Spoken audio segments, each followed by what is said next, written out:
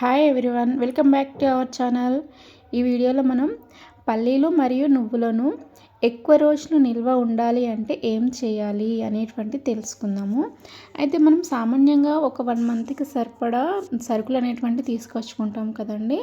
So అలానే వీటిని కూడా మనం పల్లీలు చేస్తాం కదా, ప్రసాదం చేయడానికి నేను ఒక కేజీ ఒక అలా మనము పల్లీలు అయితే ఒక 1 మంత్ లోపే కొంచెం కొన్ని ఎక్కువ ఉన్నట్లయితే పాడైపోవడం అనేటువంటి జరుగుతుంది. జస్ట్ లైట్గా కొన్ని వాటర్ తగిలినా కూడా, కొంచెం తడి తగిలినా కూడా పాడవుతాయి. మళ్ళీ నెక్స్ట్ ఇప్పుడు వర్షం పడినప్పుడు బయట వెదర్ కూల్గా ఉన్నప్పుడు కూడా అవి కొంచెం పాడవడం, పురుగు పట్టడము, కొంచెం స్మెల్ రావడం అనేటువంటి జరుగుతుంది. సో అలా కాకుండా ఇవి మంచిగా ఎక్కువ రోజులు మనకు నిల్వ ఉండాలంటే ఏం చేయాలో మనం చూద్దాము.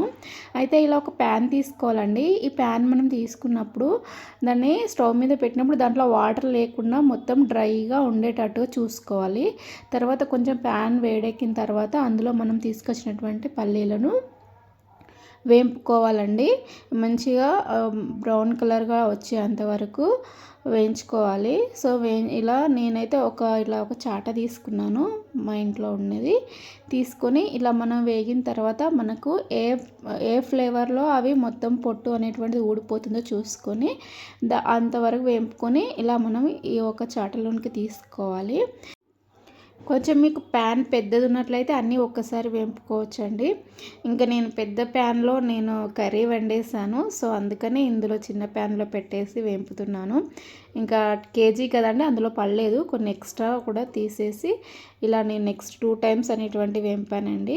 ఇంకా ఇవి మనము సేమ్ అదే ఫ్లేవర్లో వేంపేసుకొని పెట్టుకోవాలండి. ఇక్కడ నేను చూడండి, కిచెన్ రూమ్లో కూడా స్వస్తిక్ అండ్ ఓం అనేటువంటి గుర్తు వేసుకోవాలి. పైన ఉన్నటువంటి అమ్మవారి యొక్క మనకు ఆహ్వానానికి సంకేతం అండి. సో అందుకోసమని కిచెన్ రూమ్ మనకు మెయిన్, మన ఇంట్లో కిచెన్ మరియు దేవుని రూమ్ కదండి. నాకైతే మా ఇంట్లో ఇష్టమైన రూము అంటే నేను దేవుడి రూమ్ అనే చెప్తానండి. దాని తర్వాత కిచెన్ రూము. ఇంకా మనకు కావాల్సిన ఫుడ్ ఐటమ్స్గా మనకు ఏవి కావాలో అవి వెరైటీస్ అన్నీ మనం కిచెన్ రూమ్లోనే తయారు చేసుకుంటాం. కాబట్టి మన కిచెన్ రూమ్ అనేటువంటిది ఎప్పుడు మనం చూసినా కూడా మనకు మంచి పాజిటివ్ ఎనర్జీ అనేటువంటిది అక్కడ కనిపించాలి. ఇంకా ఇట్లనే స్టవ్కి కూడా ఎక్కువ నేను బొట్లేం పెట్టానండి. మామూలుగా ఇలా ఒక 3 అట్లా పెట్టేసి నేను నీట్గా ఉంచుకుంటాను. ఎందుకంటే మనం వంట చేసినప్పుడు అవన్నీ పోతాయి, ఎందుకు అనవసరంగా, అందుకోసమని నేను సింపుల్గానే పెట్టేసుకుంటాను. ఇంకా మనకు వంట రూమ్లోకి వచ్చినప్పుడు వంట చేయాలి అని అనిపించాలి. చిందరవందరంగా ఉందనుకోండి, చేయాలని అనిపించదు కదా. సో నేను అందుకనే ఇలా నీట్గా పెట్టేసుకుంటాను. ఇంకా ఈ స్వస్తిక్, ఓంకారం అనేటువంటి గుర్తులను 1 మంత్కి ఒక్కసారి అనేటువంటిది నేను వేసుకుంటాను.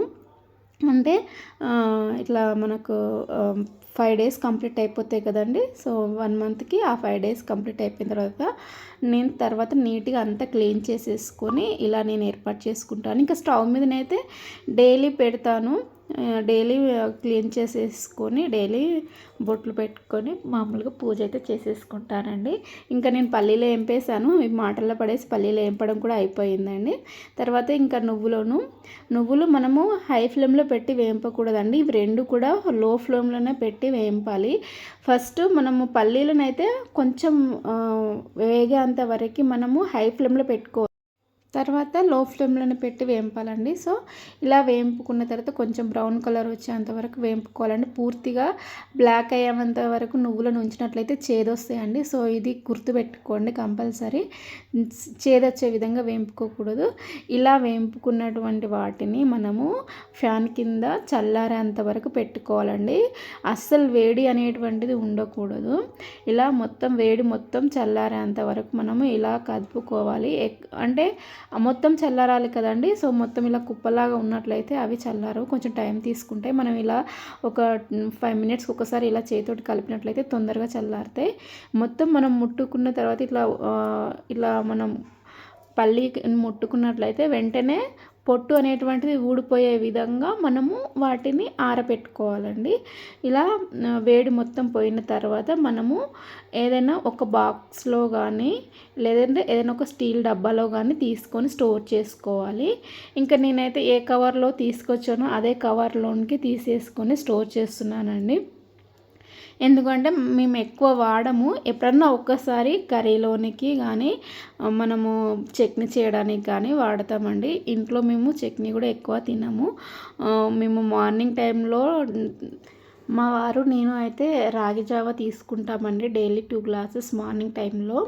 ఇంకా మధ్యాహ్నము లంచ్ చేసేస్తాము, నైట్ అయితే చపాతి తినేస్తామండి. సో అందుకోసమని నేను బాక్స్లో పెట్టకుండా ఇలా కవర్లో తీసుకొని ఒక స్టీల్ క్యాన్లోనే సేవ్ చేసేస్తానండి వీటిని. ఇంకా మా బాబాయ్ అయితే ఎక్కువ చట్నీ తింటాడు, సో వాడి కోసమని నేను ఎప్పుడు కావాలంటే అప్పుడు తీసేసి ఇంకా ఇవి వాడుకోవడం అయితే జరుగుతుంది. ఈ పల్లీలను మనము పొడిలా చేసుకొని మనం ఒక లడ్డులాగా తయారు చేసుకొని తిన్నట్లయితే అండి మనకు చాలా హెల్దీ అండి. సో అలా అది కూడా నేను ఒకసారి చెప్తాను. నేను ఇంతకుముందు ప్రసాదాలు చేసి చూపించాను కదండి బతుకమ్మకు సంబంధించినటువంటి వీడియోలో. ఆ ప్రసాదాలు కూడా మనకు హెల్త్కు చాలా బాగా ఉపయోగపడతాయండి.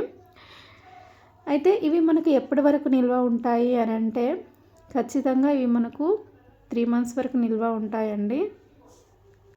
ఇలా మీరు ఒకసారి స్టోర్ చేసి చూడండి, మీకు తెలుస్తుంది. ఇవన్నీ మా బాబుకి నేను రెగ్యులర్గా యూజ్ చేసేటువంటి చెక్కుడులు ఇట్లా ఇవన్నీ వాడు తింటాడు. సో అందుకోసమని ఇవన్నీ ఒక క్యాన్లో నేను ఏర్పాటు చేసుకున్నానండి. ఇంకా మనకు డిమార్ట్ సామాన్ అంతా వేరే క్యాన్లో ఉంటుంది, అవన్నీ నేను తర్వాత నెక్స్ట్ వీడియోలో చూపిస్తానండి. ఇలా చేసి చూడండి, మీకు చాలా ఉపయోగపడుతుందండి. ఇదండి ఈరోజు వీడియో. మరొక మంచి వీడియోతో మనం మళ్ళీ కలుద్దామండి.